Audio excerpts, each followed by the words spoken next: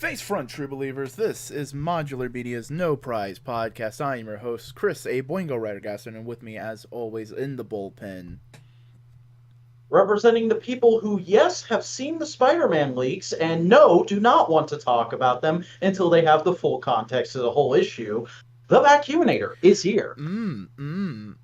I have been avoiding shit like that, so I have no idea what the fuck you're talking about. It's, let's just say Twitter on Wednesday is gonna be, Hydra Cap levels of fun. Oof. Yeah. Well, good thing Cap is Cap right now. Yeah.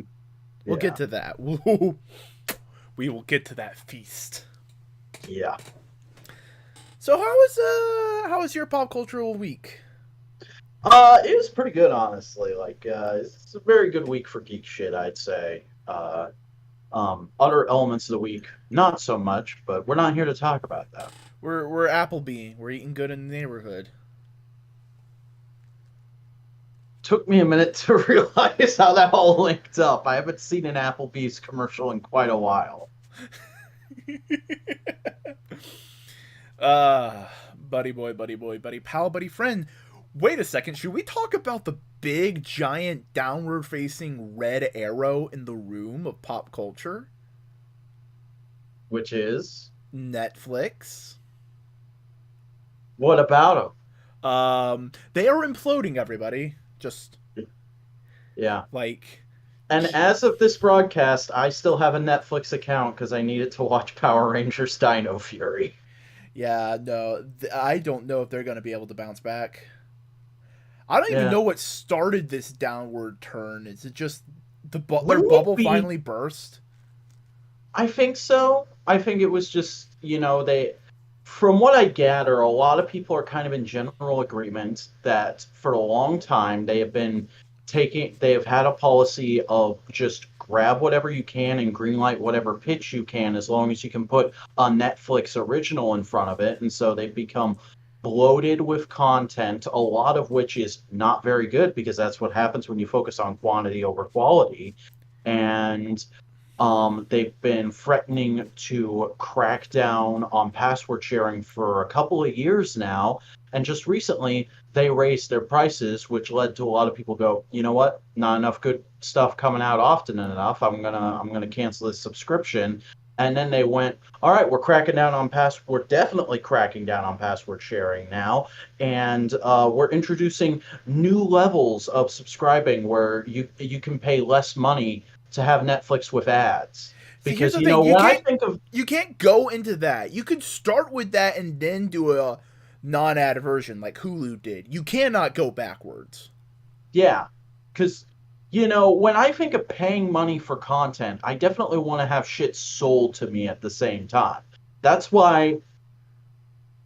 Okay, that was sarcasm. I want to make sure everybody knows that, because I got my sentence mumbled there in my headspace. It's not like we are used to paying for content that's just littered with ads.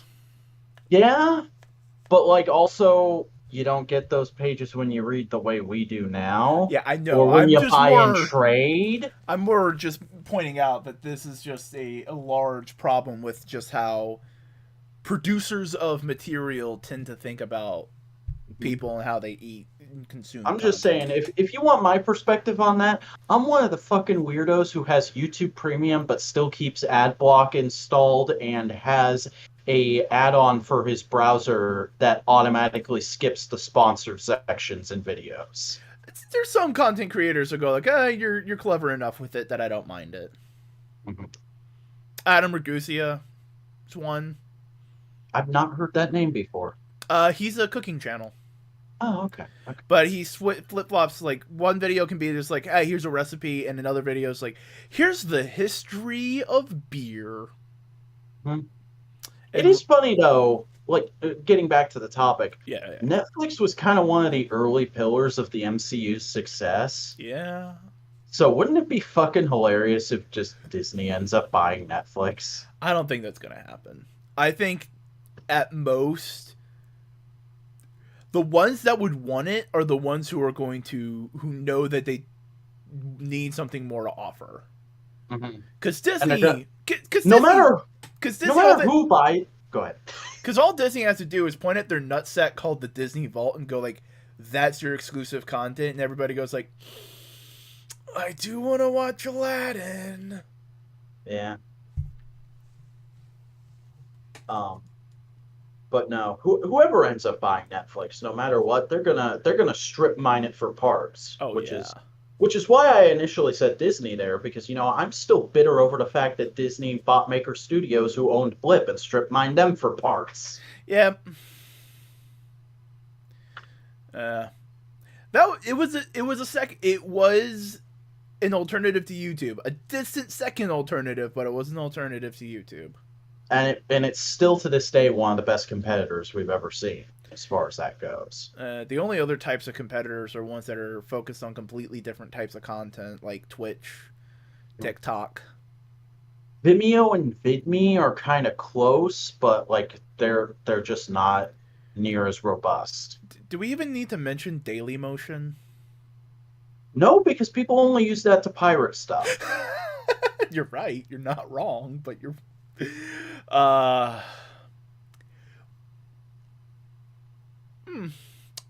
No, I think if anything, like HBO is probably gonna buy like Stranger Things. Yeah. And like different streaming services are gonna like buy out the different Netflix things. Mm-hmm. And even then, though, there's not a lot they could do to entice me. Like Stranger Things is the only Netflix original I ever got super invested in, and even then, I'm of the hardline opinion that like season 2 had the perfect ending. They should have stopped doing it there. And then there's the in the works projects, the multiple animation projects they had in the pipeline that are now all canceled. Mm-hmm. We're not getting a Bone show, guys. We're not getting no Bones. Limbo show that looked terrible. No Bones, and also no to the Gorillaz movie. I didn't know about that. That has been in production hell since Demon Days.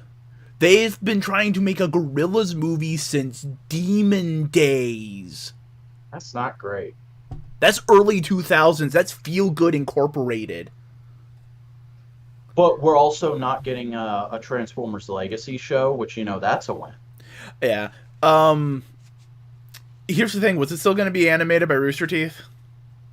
Probably, maybe. I don't know. HBO Max. Who owns Rooster Teeth? Warner Brothers. Yeah, there was going to be a Gorillaz movie, and now there's not. At least not for the time being, until they can untangle the rights again. It is such a clusterfuck. Because, like, now I'm just on a minor Gorillaz rant, so I'm just going to be quick about it. Gorillaz has always been, like, a music and art project between the two members of the creative members, and the artistic side is Jamie Hewlett. But he always gets kind of left in the wayside because he kind of creates the story, designs the characters, and they don't do anything with them because they don't have a way to do anything with them. Helped animate, Polygon Pictures also animated. It's also writers from Machinima. Dear God, Machinima. Machinima doesn't exist anymore, right? Not as a YouTube channel, no. Okay, I remember hearing that. No, like, because they put all their eggs in the basket that was Go 90. I just remembered that. Remember Go 90? No. Right, because the only thing of note on there was Transformers Combiner Wars, which was ass. But either way, Netflix is in a bad spot. Disney Plus is probably not going to do anything to touch it because it's already like, we got all the Disney shit. We got the Marvel stuff. We got the Star Wars stuff going on. We don't need to worry about that shit. We got our boys out of there. It's fine. We got Charlie Cox, but you also got Luke Cage and Jessica Jones. We only care about Charlie Cox. But the character I literally just referenced is in the Jessica Jones. Doesn't matter. Charlie Cox.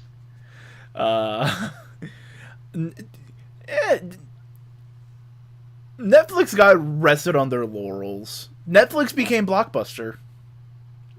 They thought they could do no wrong. I just realized Bill Burr had a comedy special that was in the pipeline at Netflix. I wonder if that's still going to come out. Who knows? Charlie Big Cocks. But, it'd be hilarious. What? If someone bought Netflix and rebranded it Blockbuster. Oh, that'd be too good. That'd be hilarious. That'd be too good for this world. But you know what we do need to talk about?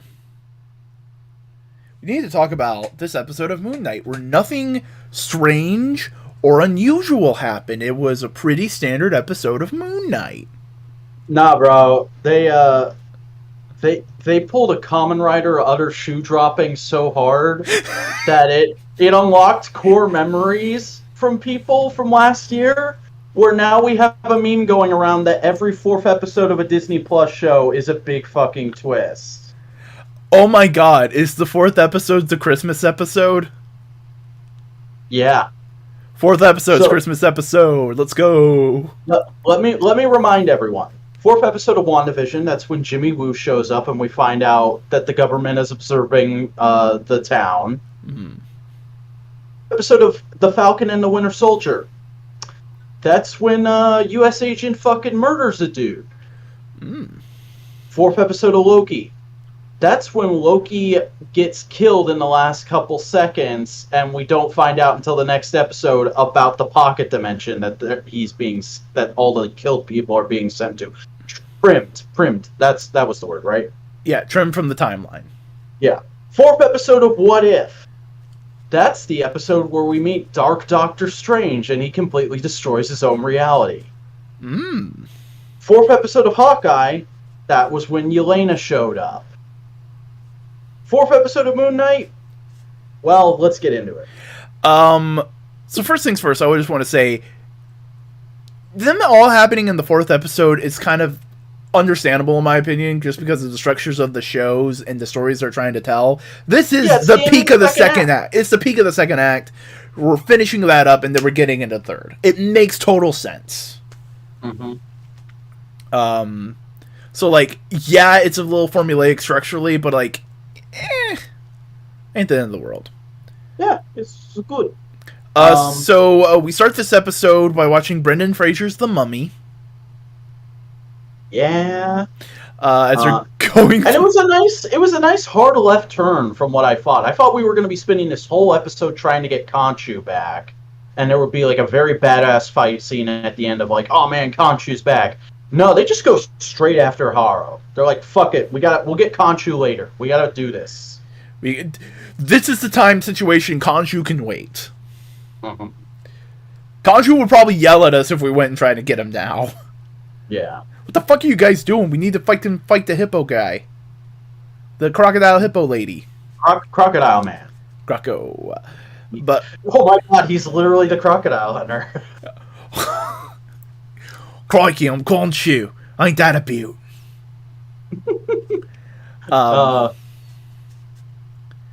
We have legit mummies. Yeah, there's some decent bit of spook in this. Not great. The CGI does get a bit intrusive at times. Like there's a moment where Layla's trying to cross a ledge, shimmy across it, and like there was like dust falling off from her feet, and that was clearly CGI, just plug-in effects. Yeah. But other than that, I liked it. Yeah, but it's here's the thing. Okay, big ol' fucking spoiler Band-Aid warning, rip it off. This episode really kind of shows that there's an unreality to everything that they have been experiencing and continue to experience, that we are not to be completely sure of any specific thing. Mm-hmm. So maybe that's also like leading into the unreality of the situation they were in. Potentially. Because, may I remind you, the Jackal. Mm. But the other thing I really dug about this party episode is that we find out Amit's avatar was fucking Alexander the Great. And this isn't something I talk about a whole lot online because it's more just like something I do in my very spare time, but I am kind of a big history nerd. I like reading history books and listening to history podcasts and stuff like that. And literally the day before this episode came out, I listened to Dan Carlin's two-parter on Alexander the Great. So I was watching this, and they dropped that line, and I was like, "Oh shit, let's go!"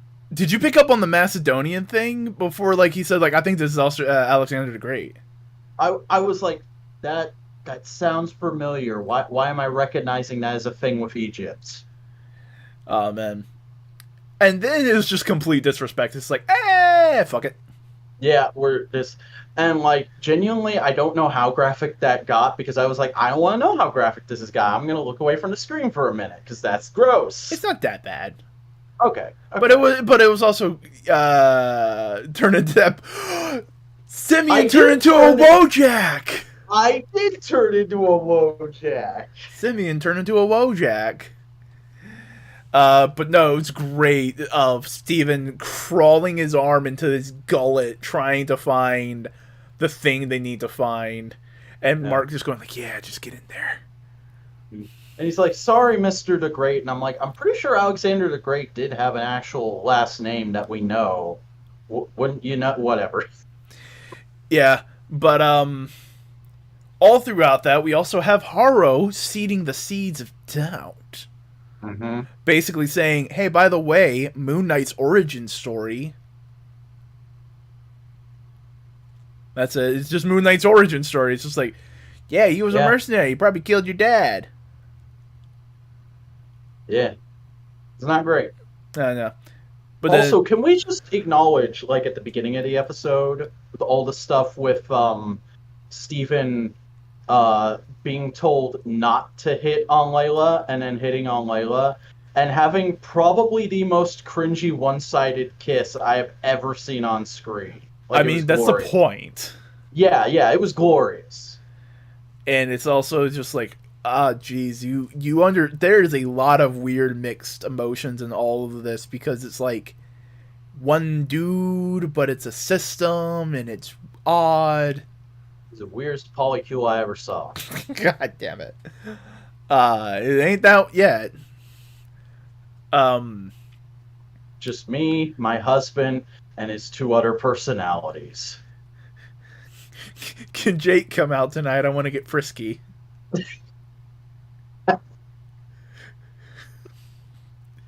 Yes. Oh boy. I just imagine Jake has the thickest New York accent. God, I hope it's like I want Eddie Kingston. I know Oscar Isaac can't pull that off, but I want Eddie Kingston. It's just Eddie Kingston. No, you know what? Oscar Isaac doesn't play Jake Lockley. When Jake Lockley comes out, Eddie Kingston just shows up and everybody just acts like he looks like Oscar Isaac. It's me. I'm Jake Lockley. Fuck you. Yeah. Buster, Jake Lockley is Moon Knight's third personality that has not appeared in the show yet, but they've been hinting at heavily. He's also a New York cab driver and is noted as being one of the more actively violent personalities in the system. Because he's tough and rumble and he doesn't have the guilt that Mark does. And he's like, I'll kill a bitch. In fact, that's the big theory of who stabbed those guys was Jake Lockley, because neither Mark nor Steven remember doing it, kind of thing. Uh-huh. So Layla confronts Mark about the whole thing. No, she confronts Steven. And Steven's going, I'm Steven, I don't know what's going on. I want to talk to Mark. And they switch. It's, Mm-hmm. And then Mark's fronting, and he just goes like, here's the origin of Moon Knight.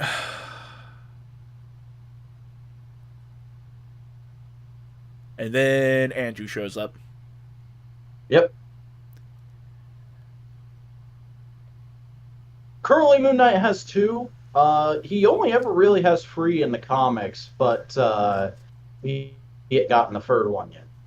Yeah, typically in the comics, the way it works is there's 3 to 4 personalities depending on the run, and it kind of functions as each. Either the different versions of Moon Knight are in it of themselves also personalities, or each personality has their own form of Moon Knight. Mm-hmm. It's kind of like a mix of that depending on the version you're reading. Except Bendis, because Bendis is dumb and was like, what if they were Wolverine and Captain America and By Spider-Man? far, one of Bendis's stupidest decisions ever. Especially in the hindsight of the more and more awareness people are getting with DID and how it don't work like that, bud. Mm-hmm. And it's coming from the same guy who thought it was a good idea because there was a Robin already around at the time, and they didn't want Red Robin to be a thing. Tim Drake's personality, his alter ego, should now be just Drake.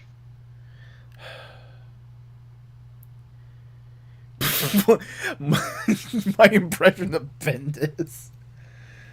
I don't actually know what Bendis sounds like. I should listen to some interviews with him, see how stupid he actually probably is. really repetitive and says the same things over and over again. Boy, calm down. What? You expect me to see a jugular and not go for it? I'm sorry, I thought you were Stephen at the moment. I didn't realize Jake was out tonight. No, in fact they have gone on the record, Marvel has, to retcon Mark Spector's past in order to more accurately reflect contemporary understandings of DID. Oh, nice. Like, they want this character to be DID. They want it to be a major thing of the character. So they were like, okay, so in the past we thought it would be like, oh, him being resurrected by Khonshu kind of does it, but it kind of really doesn't happen in adulthood. It really needs to happen in adolescence. Let's change his adolescence up so he can have this issue and we can tell stories about him. You want to know what gave him DID? What traumatic event caused it? What? Mark Spector is the son of a rabbi. Another rabbi at the synagogue was not a rabbi, but a Nazi serial killer in disguise in order to find their prey. And Mark found it and saw a dead body on a hook. That'll fuck you up, won't it, kid? A little bit, yeah, damn. Yeah. But Andrew shows up and goes like, hey, Mark, can you not? Mark, buddy, pal, friendo, guy, person I know, please, why don't you just give me that Umshopti? No. Shit, fuck. Bang, bang, bang, bang, bang, bang, bang, bang, bang. Bang, bang, he shot me down.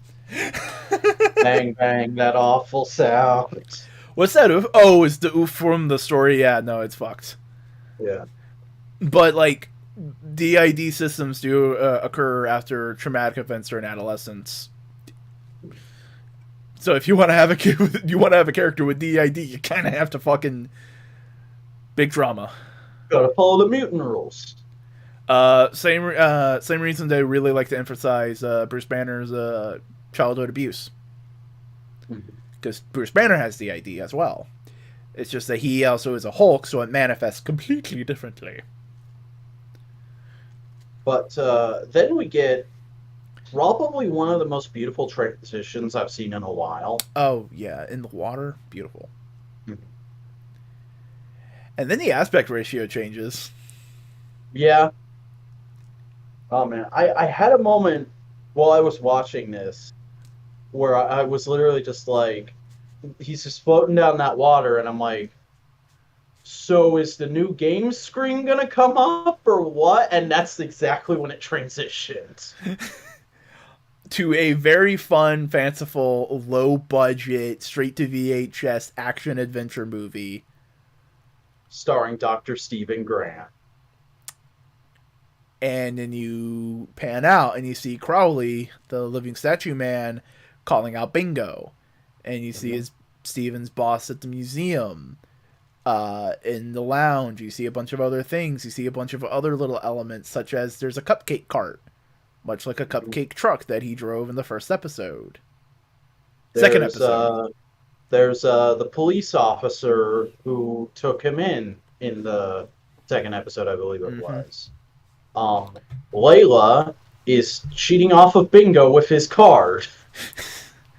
There's a variety of just little things that just go like, hey, do you see all the elements that have been in the previous episodes floating around here?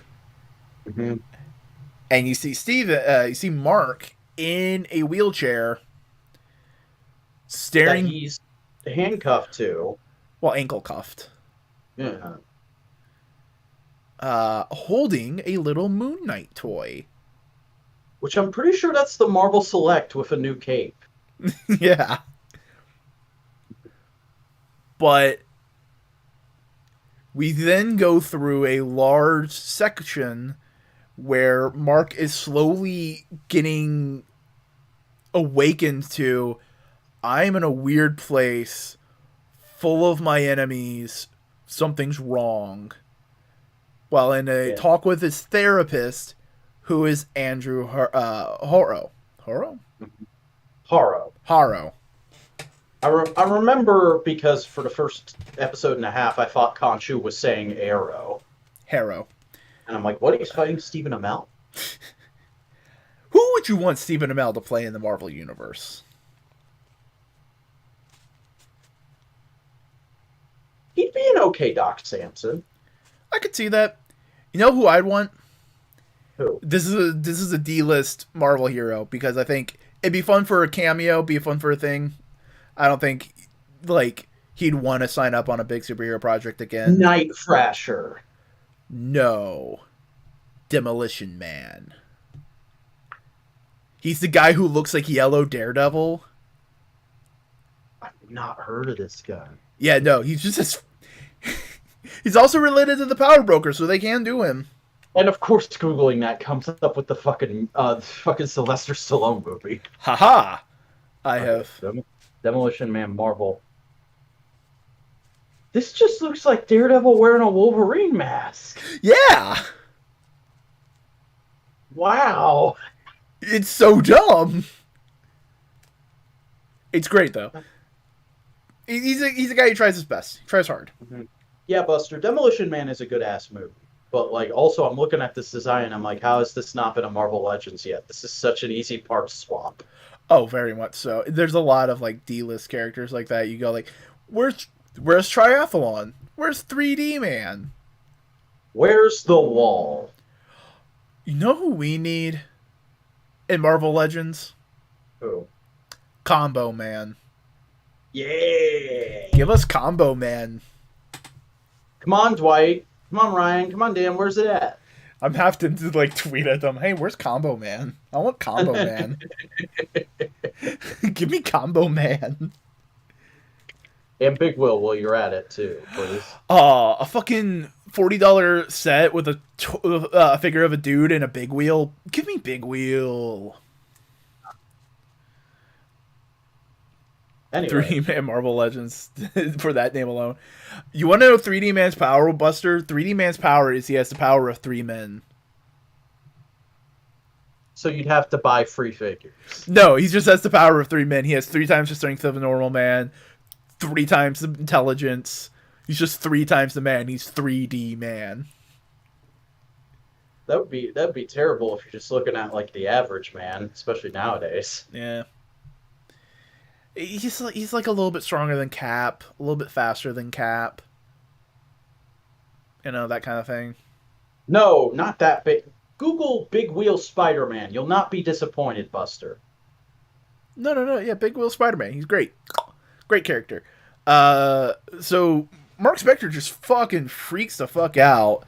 Leaves the therapist's office, which is also spooky and suspect as hell. Repurposed set from episode 2. Beautifully repurposed set. It's all great. I think all of it's repurposed. I think the lobby they were all in looked like uh uh the place where they were all doing the cult stuff. Hmm. I don't know. It gave me that vibes. So he's running through the halls. Oh shit, things being surreal. Oh my god. Gravity being all wackadoo. He hears some clanging and banging. Would you look at that? It's Stephen Grant. And they get to actually In a embrace. sarcophagus. They get to embrace and hold each other and go like, yo, bro, now that we're not actually fighting for control, we can be friends? Mm-hmm. Then another sarcophagus is there, and he's just going like, bang, bang, bang. Let me the fuck out. And they go like, Maybe later. no. And they keep exploring, and then they open up some doors, and would you look at that? It's a fucking Egyptian goddess. It's a hippo. Who has a very lovely voice. Oh yeah, no, it's very nice. Very sweet sounding person. Like she just said hi, and that was the end of the episode. And I was like, I can tell just by that voice that people simp for this woman. And then I saw a picture of the actress, and I was like, yeah, people simp for this woman. Yep. This was a good episode of Moon Knight. This is the best episode of this show so far. This has taken me from being very lukewarm on this show to being like, oh, okay, let's go. But I also think you needed those previous episodes to be the way they were for this one to hit so hard. Mm-hmm. You needed 1, 2, and 3 to be 1, 2, and 3 the way they were. So, like, boom.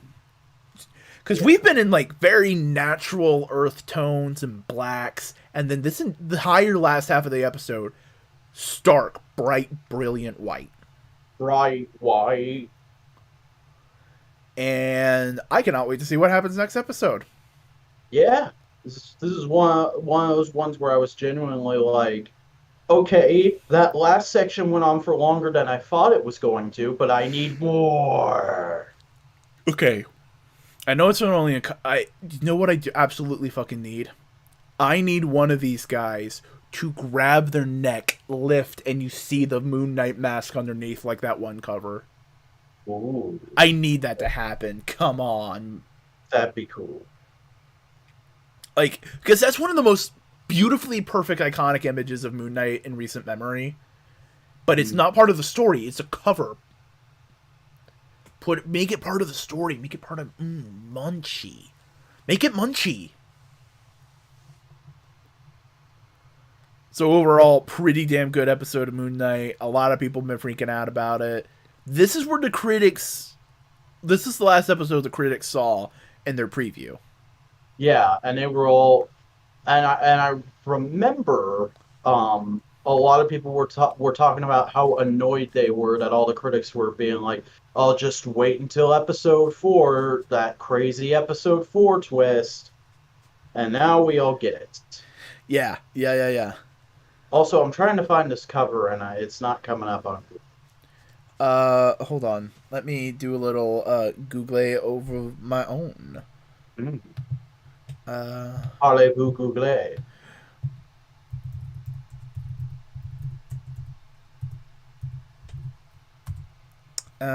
Let's see if I can do it now. Oh, I just found it. It's Moon Knight #5 by Jeff Lemire and Greg Smallwood. Hold on, so I can show it to the audience. Yep. That's the one. It is. That's a fucking beautiful... That's a beautiful cover. It is a good fucking cover. Yeah.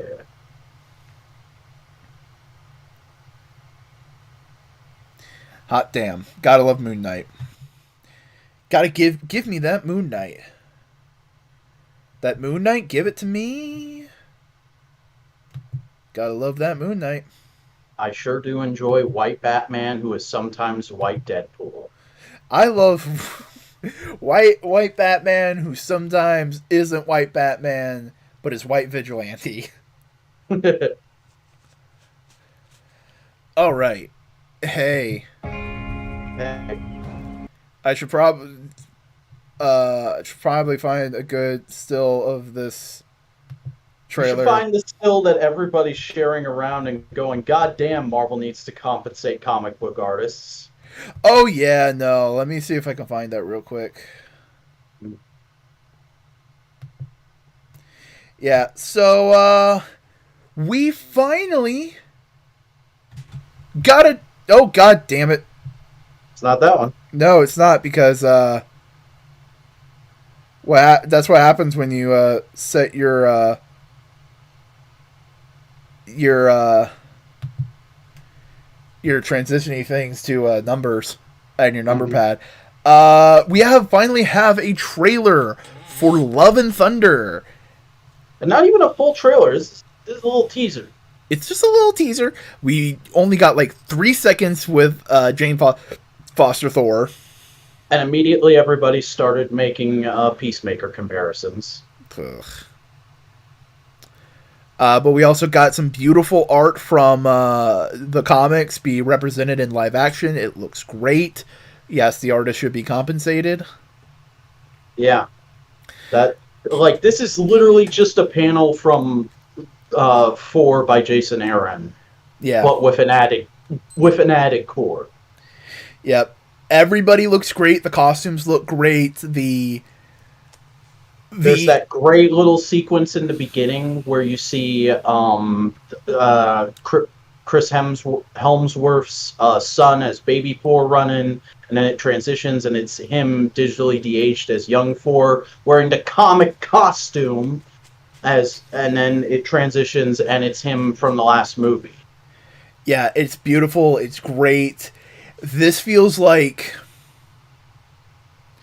for lack of a better way of describing it, this feels like it's Taika Waititi. Ragnarok is the funny moments of Jojo Rabbit. This feels like it's going to be the sad moments of Jojo Rabbit. Potentially. It feels like they're... Because even though Chris Helmsworth has said for the last few years that like he wants to keep playing Thor until he literally can't anymore, I feel like they're trying to make Thor's swan song here. Like this is Thor's Iron Man 3. I don't think this is going to be the end of Thor the character, played by Chris. I think this is going to be the end of Thor the adventuring superhero. Yeah, this is going to be the last Thor solo film, probably. This is Thor ascending to the throne, truly becoming the wielder of the Odin Force. Mm-hmm. You know, and the theme of the movie seems to be like, oh, other people can use the hammer. The whole thing with the hammer is whosoever holds this hammer, shall he be worthy, shall wield the power of Thor. Right. So if Thor's not the only person who can wield the hammer, what the fuck does that make Thor? And it's finally coming to terms with what he needs to be doing as a person, as a leader, as this important figure for the Asgardians. So basically, like, you have learned to accept leadership and responsibility and all this kind of stuff. You need to take that final step and actually fully take hold of this thing that you have been running away from. Mm-hmm. You know? Or dismantle the whole system entirely like Gore the God Butcher once. Who knows? Yeah. And it's interesting that we don't see any of Gore in this trailer, unless you count the fact that obviously this beast here was killed by Gore. No. But we do see Valkyrie in a nice suit. Mm-hmm. Discourse on Twitter is annoying as fuck, and I'm got tune that stuff out. Yeah, no, it's very dumb, and it's even dumber when you remember. Oh yeah, no, there was a dude in the '90s who called himself Thor. You might remember him better as Thunderstrike. Oh, okay. I haven't seen any of this discourse, so I didn't know what you guys were talking about until you said that, and I'm like, oh, so it's just the same discourse from back when Jane Foster became Thor in the comics. Cool, great. Yeah, it's bullshit. It's bullshit. It's bullshit. Because that's the thing. His name is Thor Odinson, and the God of Thunder in Norse is just Jane Foster's God of Thunder Thor. He's Thor Odinson, the man. Yeah. Though I have a feeling he's going to become Odinson true king of Asgard. Yeah, and like, let me also just say, folks, even though we only get a little of her in this teaser, I'm excited and interested about Jane Foster 4 in a way that I never was in the comics because, like, people like to say Avengers is Jason Aaron's only bad comic he's ever done. A lot of Aaron's 4 was great, but his Jane 4 was not great. It was one of those interesting concept with one or two weird hitches. Like, he routinely flanderized or completely changed the characterization of classic villains in order to have a feminism moment. Yeah. Men. I know there's a lot of guys like us who really want to try better and tell better stories for the future, do all that kind of stuff. Let's leave the feminism stories to the women who understand the nuances of all this. Mm-hmm. And like, as somebody who was not very receptive to Ragnarok, let's put it that way, and it took years for me to warm up to that movie, I am confident in Taika from this teaser. I'm looking forward to this movie and seeing how it plays out. Yeah, it definitely is one of those, like, you have to be really into the concept of the comic to vibe with it, Buster. Mm-hmm. Same with a lot of, like, recent Marvel comics, because they're trying a lot of things, like the recent. I think that's just comics in general these days. Every comic has an audience they're going for, and they don't care about much else. Like, look at the recent Thor material from Donny Cates. Look at the recent Venom material from Donny Cates. Mm-hmm. Look at Tom Taylor directly targeting all of Stan Twitter with a laser precision. Yeah. It's just like, you have to be into it to be into it, you know? Mm-hmm. But I'm into this trailer because it looks really good. We have a fun montage. There's also a little bit of Guardians in there, which is nice to see after I love how people were getting upset. They're like, this teaser makes it look like the Guardians are only going to be in the first 10 minutes. And I'm like, James Gunn and Taika Waititi have been saying that, like, since Endgame. Yeah. No, it's just like a fun little thing that happens in comics all of the time. It's just the thing that happens. Yeah. Remember Doctor Strange in the last 4 movie, which was my favorite part of any MCU movie for like 2 years after that? Because that's just how the Marvel comics work. That's just how the comics work. Dude, I'm going to be honest. That Doctor Strange scene, we're just going all over the place right now. That Doctor Strange scene was the first time watching a comic book movie I felt like I was reading a comic. Yeah. They've been doing a lot more comic booky stuff lately. Like, I was seeing some people go like, "Oh, the Disney Plus shows don't feel like TV shows; they feel like 6-hour-long movies." I'm going like, so it's a miniseries. So it's a miniseries. Yeah. So it's a miniseries that's going to be eventually a graphic novel. It's a comic book. So the comic book movie is taking inspiration from comic book storytelling and telling things like a comic book. Cool. I'm happy with that.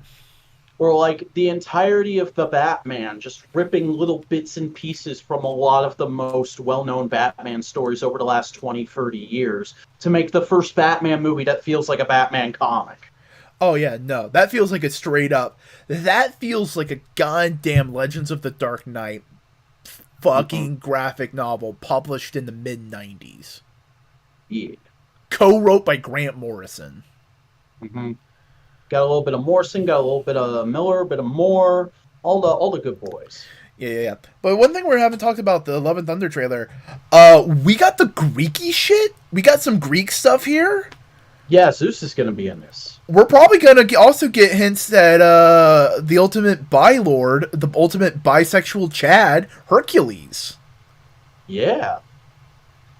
Man, what if he's actually in this movie? What if they've casted Hercules and haven't told us yet? Ooh, that'd be fucking wild. Real quick, who do you want as Hercules? Ooh, he has to be an absolute hunk chunk of a dude. Which is why I say Henry Cavill. Oh. Yeah. Mm-hmm. Translating graphic novels. Yeah, that's what I think DC's better at. I don't think DC should with their movies aim for big, expansive, interconnected universe where everything is connected and DC should work on graphic tell good stories. Yeah. Arnold Schwarzenegger should be Zeus. I know they got a Zeus already. I'm just saying, like, if he should that does not look like Arnold. Yeah, no. But, like, Henry Cavill could fucking do it. Henry Cavill could fucking nail it. Yeah. Henry Cavill can fucking nail it. Don't even change the costume. Just have him in that harness from the comics. Just the boom, boom. Boom. Mm-hmm. And, like, the Speedo with a little bit of, like, a skirt. Come on. Oh, we know you were joking, and we know Arnold played Hercules before. Arnold Schwarzenegger's Hercules movie is a hood classic that I've seen multiple times. Thank you very much. But no, I'm excited for this Thor movie. I've been a big Thor fan. It's pretty obvious. Mm-hmm. With how I've been reading Thor and doing all that jazz and going like, yo, fuck, his shit is dope. Yeah. But yeah. When is this movie dropping again? I forgot. Hold on. July 2022. So July. That's not far off. Shit. No, and we only just got a teaser trailer. Doctor Strange is in 2 weeks, and I'm willing to bet there's a big spoiler in Doctor Strange that affects Love and Thunder, and we'll get the full trailer for 4 like a week after Doctor Strange. Yeah. I'm trying to maybe the big hint at Gore the God Butcher. I don't know, probably not. Maybe someone on the council is in that movie. Maybe it's Chris Hemsworth playing a Thor Odin son who took over the Odin Force in an alternate universe, and that's kind of where they're hinting at. Mm-hmm. Who knows? I just cannot wait for Doctor Strange because, again, big dumb Marvel characters. I love them. Yeah. Doctor Strange, Thor, blah. So here's the thing. I realized I had a dentist appointment the day Doctor Strange comes out because I always make my dentist appointment the first Friday of the month because it's right after I get paid. I have the most money to spend on expensive procedures. Yep. I'm only getting a couple fillings though. So I just decided I took the day off work with the excuse of I have a doctor's appointment. Nice. So I'm going to leave the dentist and go straight to the movie theater. Oh my god, if you get fucking loopy on drugs and then go see Doctor Strange. God, I hope. Oh, buddy. Speaking of big dumb cosmic bullshit in comic books, DC Multiverse, Kyle Rayner has got a teaser image for a toy. Yeah, and some of you might be confused right now going, that's not what Kyle Rayner looks like. That's what Kyle Rayner looked like in Blackest Night, because this is the final figure in the Blackest Night wave, at least as far as we know.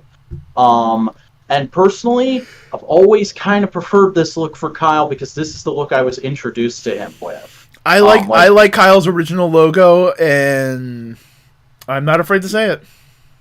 That's fine. Kyle's original costume isn't bad. It's just like something about this feels very comfy to me. It feels like a streamlining of the classic Green Lantern costume. And also, I had a figure of this back in the day when they briefly did the Green Lantern Classics subline of DC Universe Classics because they thought Ryan Reynolds' Green Lantern movie was going to take the world by storm. And we suddenly got a bunch of comic book Green Lantern figures in Toys R Us. I bought the Kyle Rayner that looked like this and came with an awesome sword construct accessory. And that was one of my favorite figures for a little bit. So it's kind of cool that they're basically remaking that here. Yeah, it looks good. It looks solid. It's Kyle Rayner. Yeah. But the big toy news this week. Oh boy, a lot of big toy news. We got some Marvel Legends Fan First Tuesday. This was a big event that happened the day after the Thor Love and Thunder trailer dropped, and we got a ton of news. And it's also kind of a momentous one because it's the first time Ryan and Dwight were in the same room, and they kind of had fun with that, especially with Dan calling in. But the first thing they did is they said, hey guys, you've been asking us what are the rest of the figures in this Disney Plus wave, so we're going to show them to you. And then they turn it around, there's a big old nope over the cross-sell. Beautiful. I legitimately laughed. And then we have what I'm imagining Love and Thunder Legends Thor. There's a whole wave that's just the Love and Thunder wave. So first we've got Thor's new costume that he'll have by the end of the movie, which looks pretty good and is actually comic inspired. Which looks like Thor when he has the Odin Force. Mm-hmm. Fucking, he's gonna get the Odin Force. Yeah. This is just Thunderstrike. They called this... Calm down, buddy. They called this figure Ravager 4, but obviously this costume is very Thunderstrike inspired. Give him a mace. I want a mace. Give him a mace. Just make him Thunderstrike. You probably take that from the comic book Thunderstrike they did a couple of years ago. Yeah. We're never gonna get a Thunderstrike in the MCU, but this is fun. Mm-hmm. Also, yeah, put a baseball cap on him, Buster. You can call him Terry Bogard. You totally can. Are you okay? We're gonna get to Ned, Buster. We're going in sequential order here. So yeah, Thor looks good, looks great. Jane Foster looks. This is a beautiful rendition of the comic costume. Actually, looks better than the SH Figure Arts, I'd say. Yeah. Where's the CEO? We will get to him. He looks a little bit Terry Bogarty. He looks like what is it? It was the second 3D KOF game where he had like a leather sleeveless vest. That's what he reminded me of. I don't know. You've exhausted my video game knowledge. Yeah. But here's Valkyrie's new costume for this movie, which honestly looks like a massive improvement over the figures we've gotten her from the last few movies, because she's been weirdly out of scale, had off skin tones, not great articulation. This looks like it's going to be a good action figure. Oh no, this looks like a perfect Valkyrie figure. Mm-hmm. Looks great. And we have Gore the God Butcher. Okay, so I feel like I did a bad job of articulating why I'm not a fan of this look last week, because you kind of got on to me because I was saying it wasn't comic accurate. He doesn't have the head tentacles, and he doesn't have the big, like, almost Cad Bane nose bulge without having a nose. Yep. That's why I don't think he looks comic accurate. No, you were right on that point. Without those features, he just kind of looks like Death from Bill and Ted to me. That being said, they made sure to point out on this is the first time Hasbro's ever gotten to do a Christian Bale likeness. And if you look at that head, that looks better than any Christian Bale Batman figure I've ever seen. No, it looks like Christian Bale. Yeah. Which might be the slight problem, because it looks like Christian Bale and not Gore the God Butcher. But we'll see. We'll see. Hopefully he'll be good in the movie. Buster, there's two white guys here. Which one? Yeah. There's a lot of white guys here, actually. But here's another white guy. This is Chris Pratt. This is a good fucking Star-Lord. Looks solid. It's a lot of reuse from the Guardians of the Galaxy 2 figure, but it's okay. It's solid looking. Yeah. Teenage Groot.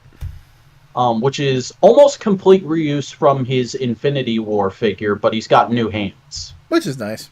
And then we have Korg. Build-A-Figure Korg, who I actually really dig this Korg design. I was never super in love with Korg like everyone else is, but like with the blue pants and the kind of fluffy shoulder pads, this just looks like a fun action figure. Yeah, he has a mace, which is cool. Oh my god. That's the mace for Thunderstrike. There we go. Hey, we did it. Oh my god. If the Ravager Thor comes with the arm with the mace, I will lose my shit. That would be like on par with when the fucking hand ninjas came with Stiltman's legs. Yeah, no, like that's brilliant use of packaging and stuff. Like, dear God, I need to go back and look at those leaked boxes to see what comes with what.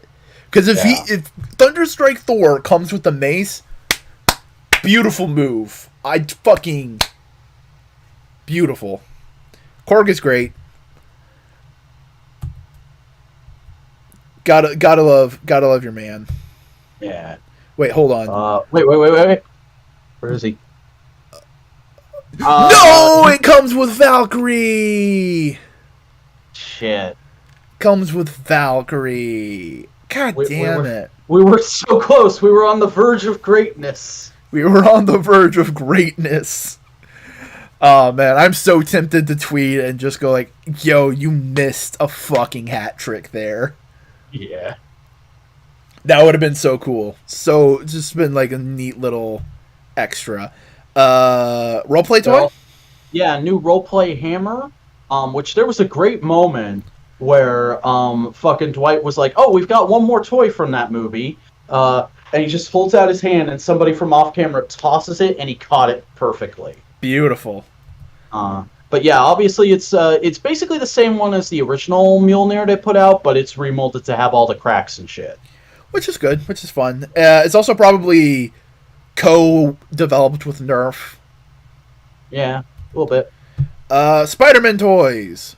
So they talked about the announcement we got last week, which is that they are going to be making Peter and Andrew, as well as another Tom, to go along with them, but it's going to take a minute. And I really love that they did this. They stopped to explain toy development to the laymen who just look at this and go, but why don't I already have this? They said, hey, we didn't get told about this because it was a massive spoiler. We found out at the same time as you guys did. So now we have to play catch start up. Working on these, and it takes us 6 to 8 months to make a figure. So the movie came out in December. We're about halfway through development right now. We just did a revision on Andrew's CAD model yesterday.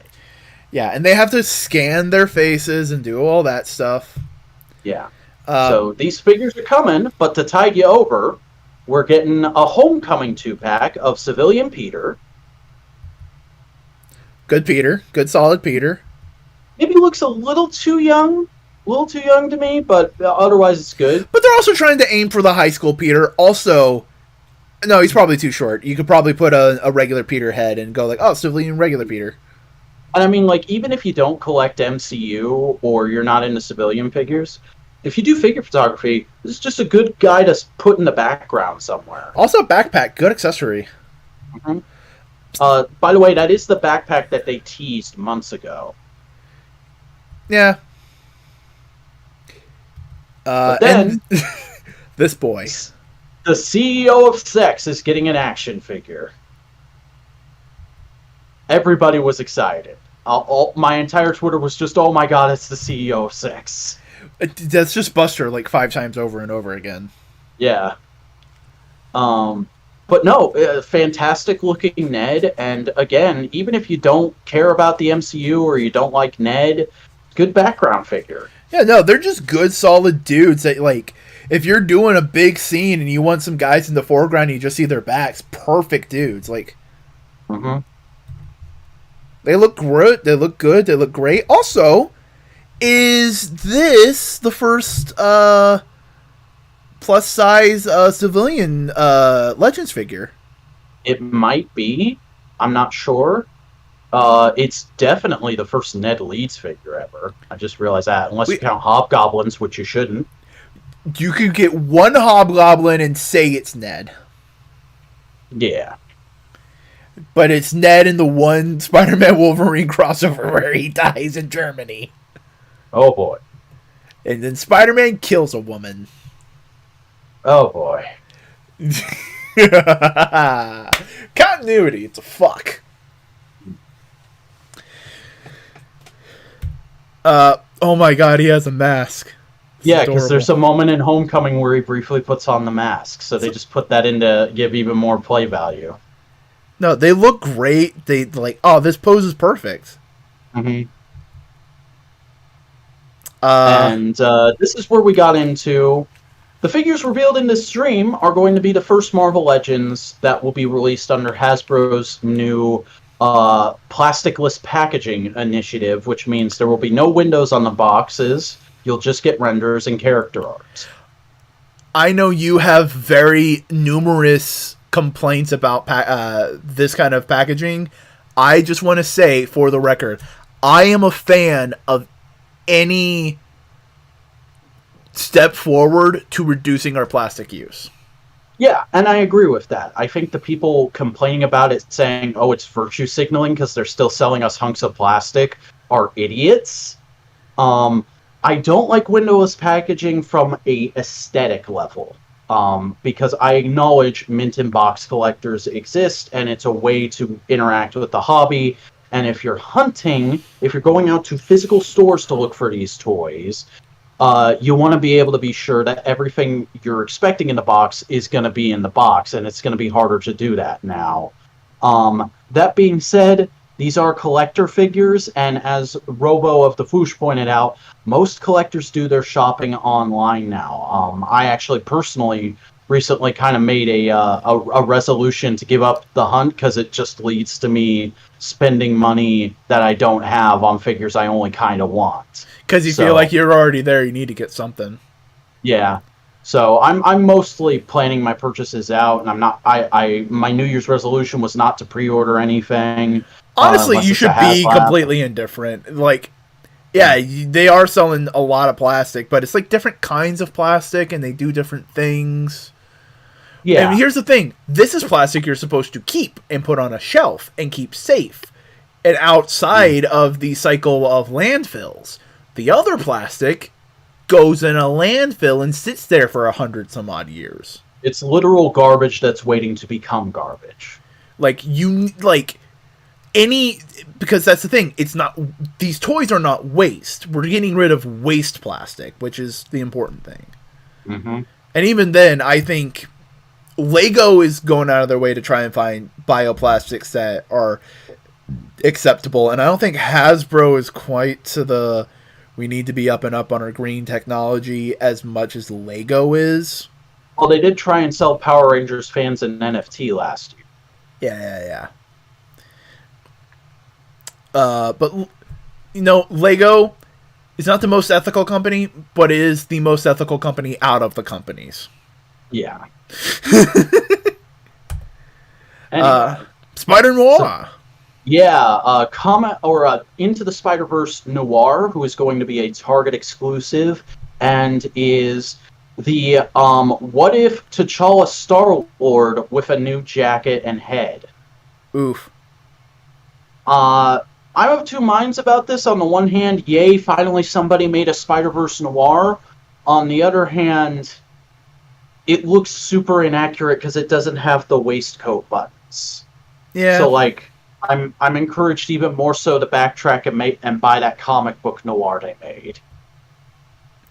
It's just probably not. It's just not going to be. It's not super important figure for them, I don't think.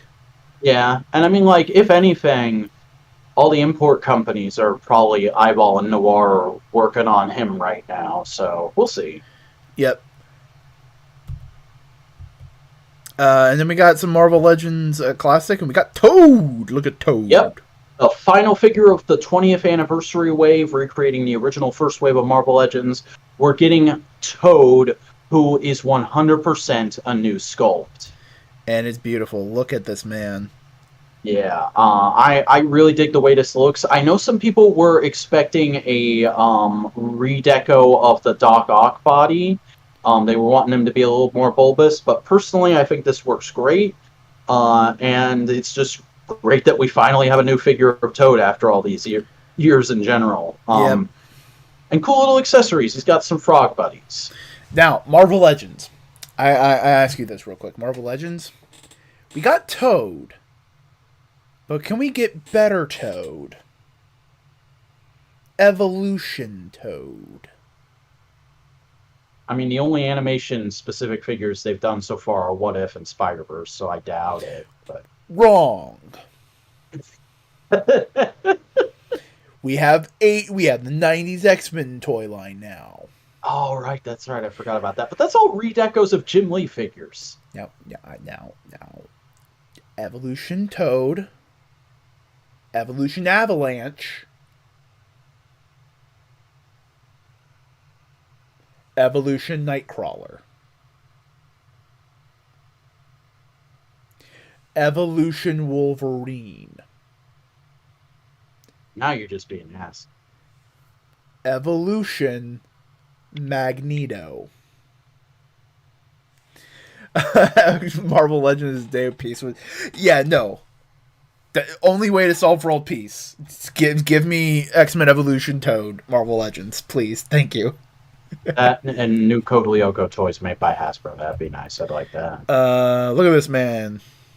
Look at him. He's just a little goofball. I like him. This is the man your woman told you not to worry about. Mm-hmm.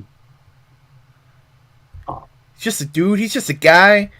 He's just a fun guy. Look at it. Look at this guy. He's so fun at parties. I love that they gave him the big tongue head. That's such a great accessory. Oh yeah, no, it's great. He looks good. He looks solid. He looks amazing.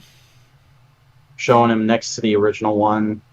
Which is a giant contrast. It's great. Yeah, and there's the full wave. It's so hilarious because it's just like Hulk, Iron Man, Captain, Toad. Well, remember, actually there was a Reddit thread about this today. Toad wasn't even supposed to be in that wave because that Toad figure was meant to be part of the X-Men movie toy line. They were going to have a bunch of 2-pack sets. Here's this movie character, and here's their comic counterpart. And then the Wolverine one sold like crap, so they shelved that concept. But then they started making Marvel Legends, and they needed a third figure for the first wave, and they went, well, we still have this Toad sculpt. Yeah. You do a little bit of the trolling. Packaging looks amazing. This is a 4 out of 4 wave of Marvel Legends. It's a fantastic little moment for the toy industry, just showing how far we've come in the last 20 years. Mm-hmm. Man, look at that. So good. Looks so solid. And then they went into Fan Channel Beyond Amazing subline, which is essentially going to be an anniversary line specifically for Spider-Man, because Spider-Man's 60 years old this year, folks. Yeah. And first off, they showcased Iron Spider. Classic Iron Spider. I don't know why I wanted to say Scarlet Spider for a second there, but I did, and I had to think of what the actual name is. We've already seen this figure really well because The Amazing got to do an early review of it. And that's another thing I really loved about this live stream. Like every other figure, they were going, so-and-so has already done a review of this figure because we sent it to them. So if you want to see more, you can go watch their video. Or we just sent this figure to so-and-so. They're going to have a video out on Friday. You can actually go interacting and engaging with the toy collector community? Yeah. And they're the only Hasbro team doing that right now, which is buck wild to me. Jesus Christ. Hasbro Legends PR team. Go talk to the other PR teams. Mm-hmm. Like, toy reviewing on YouTube became a thing because people were buying stolen Chinese factory samples of Transformers toys. Why aren't you interacting with the Transformers fandom and giving them early reviews? The big mainstream Spider-Man product of the 60th anniversary is Bloody Morbius.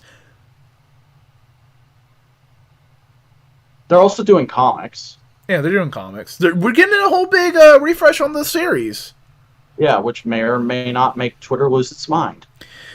Like, legit, Nerf needs a massive restructuring on their PR department. Mm-hmm. Power Rangers needs a PR department. G.I. Joe, same, but sadder. G.I. Joe is actually doing okay right now. Oh, okay. Their fan first events are like almost, if not as good. From everything you and Cody were talking about, it was very much of like misinformation and miscommunication with the audience. Well, they had a lot of problems right up until PulseCon last year when they did a hard 180 and fixed everything. Okay, so just we need a hard 180s for a lot of other people. Mm-hmm. And even then, like Hasbro's stream, or not Hasbro, the Transformers team did a stream last week that was really good. It was just two designers who are both very passionate, talking back and forth about some new reveals that weren't spoiled. And then G.I. Joe has a stream coming up this week that's very exciting. Nice. Genuinely, like, they're doing a lot of these cool things. I wouldn't mind Hasbro going like, hey, yo, we're going to take some big announcements that have been going on for all these different things, and we're going to do it like a direct. Mhm. Here's one or two big Nerf announcements. Here's one or two big Transformers announcements. One or two big My Little Pony announcements. One or two Legends. One or two Black Series. And One or that's kind of what they try and do, but it does feel clumsy sometimes. just get to fucking hire some YouTubers Mhm. that can do this shit snappy. Hire evangelists. He's just every other reveal. He's just like, so this is a great toy, but it would be even better if it was Action Master Omega Supreme. Hire evangelists. And he's just in the microphone going like, yes. You joke, but like they did a fan Zoom call with the Transformers design team and a bunch of like high profile people in the Transformers fandom. I think it was Wednesday or Thursday. Yeah. And Vangelis literally had as a keystroke just a thing that would bring up on his video screen a picture of Omega Spree. So just like whenever they're talking about obscure characters that need figures or Euro G1 or anything like that, he just hits a button and Omega Supreme just pops up. Yeah. I wonder if Theo was there. I don't think so. I don't think he said anything about it. I think Theo to me feels like the heart and soul of the Transformers community right now. Like he's the earnest heart of it, you know? Yeah, but he also just doesn't like being online a whole bunch. Yeah. He tells his jokes, he sends a tweet, he's good.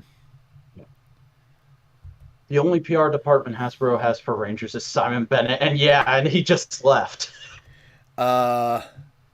So we Anyway, got a Future Foundation stealth suit.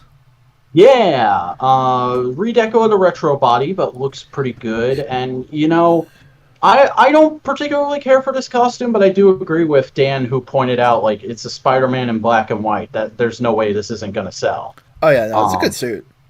And they also then said like or no, it was Dan who then after that looked at the other two guys because he's zooming in and he goes, so we're gonna eventually get the rest of the regular Future Foundation, right, guys? Right? And they were like, yeah, sure, man, don't worry about it. Silk.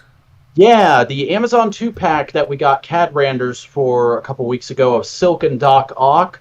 I like this Silk a whole lot better seeing it in hand. This looks like a pretty solid figure. Yeah, it looks good.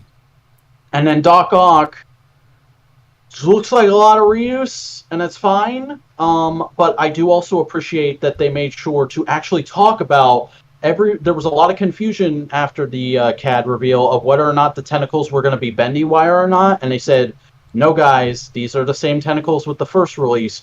However, we are working on a way to do bendy wire tentacles. Nice. Yeah. Like this proactiveness that preservated the whole stream. I love it. Basically saying like, yeah, we know you want this. We're working on trying to figure it out. Mm-hmm. The boy. No. Who looks a whole lot better in hand, I gotta say. I wasn't digging it when it was just this 3D render, but then they cut to it in hand, and I'm like, you know what? That looks like a fun action figure. It looks beautiful. It is the King in Black. Mm-hmm. But then they revealed... So when this first got revealed, I predicted, oh, that's probably going to be a figure in like a Venom-themed wave, or it's going to be a Build-A-Figure. No, this is a 2-pack with Venom. With King in Black Venom. Who is a repaint of the Venom movie body, which when that came out, everyone said, damn, this is a good action figure, but I wish it was comic Venom. So now we're getting that with a new head and these new massive fuck-off wings. From the comic. Goddamn, that's beautiful. Which are removable, so if you just want this to be a classic Venom, you can do that too. Like, this is fucking fifth-dimensional five-head thinking right here. It's beautiful. I need it. I need it now. Yeah, this because I love Donny Cates' Venom run. I love this run. It's like, ah. Boy, I'm fitting to buy this and then send you a loose Nolan wings. Fucking don't send me the wings. I want all of it. I want Venom. Yeah. It's good. It's also just fucking sick looking. Yeah. We And also then the Renew Your Vows 2-pack, which a lot of these reveals actually were leaked back in November. yeah, When this Renew Your Vows 2-pack got leaked, I was like, man, I wish it was a 2-pack, because I wish it was a free pack because I'd also like spinner. Spiderling, Yeah, because MJ is Spinneret. right. But then I thought, oh hey, this could be a great chance to get the retro body again. I hope they do that. Not only are they doing that, but they're improving the retro body because it's pinless now, and they added toe articulation. Hell yeah. So, like, for all of us who missed the retro body when it first came out, finally this is a chance to get it in regular colors. And even with that, you're also getting this great figure of Mary Jane as a spider hero that's on the new Silk body, or not the new Silk body, the new Shriek body, that's much more articulated than female legends have been previously. And you're getting all these little upgrades here and there that just make this, like, in my opinion, the most must-have item of the stream. I'm super excited for this 2-pack. Oh no, it's great. Just like, I look at that and I go, that's the Spider-Man figure I wanted when I bought Pizza Spidey all those years ago. Look at that fucking happy couple. Mm-hmm. Is that an arcade cabinet back there? No, that's an ice machine. Oh, okay. Lizard. Then they talked about, okay, everybody, you hated our Build-A-Figure Lizard because you thought it looked too much like a dinosaur. We understand. Well, the retro card line is still going for now, so how about the lizard everybody's been asking for? This looks beautiful. It looks great. No, here's the new lizard. I don't care. They both look good. Fuck off. Yeah, I like that Build-A-Figure. I still kind of want that Build-A-Figure, but this lizard, oh man, I love the way this boy looks. Like, a little bit of reuse, but good reuse, and it all just gels together really well. You got that first appearance head that people have turned into a meme because it is a little funny. But then also, we finally found out this is what the Beaker tease was, and to put a cherry on top, that tail is a bendy wire. Oh, hell yeah. Yeah. And I really feel like, because for years, the Legends team has been saying, we'd love to do bendy wires. Also, this is a Walmart exclusive, which is a bit of a pain, but is doable now. It's doable now. No. We'll talk about that in a second. This, I really feel like, is something where they went, for years, this team has been going, we'd love to do bendy wires, but the technology is just too hard to do, and there's a huge safety concern with them popping out and stuff like that, even though no collector has ever seen that happen. Then the G.I. Joe team fucking goes, here's a highly articulated crocodile with a bendy wire tail, and they're like, can you tell us how you did that? We'd like to do that too. I feel like that had to have happened.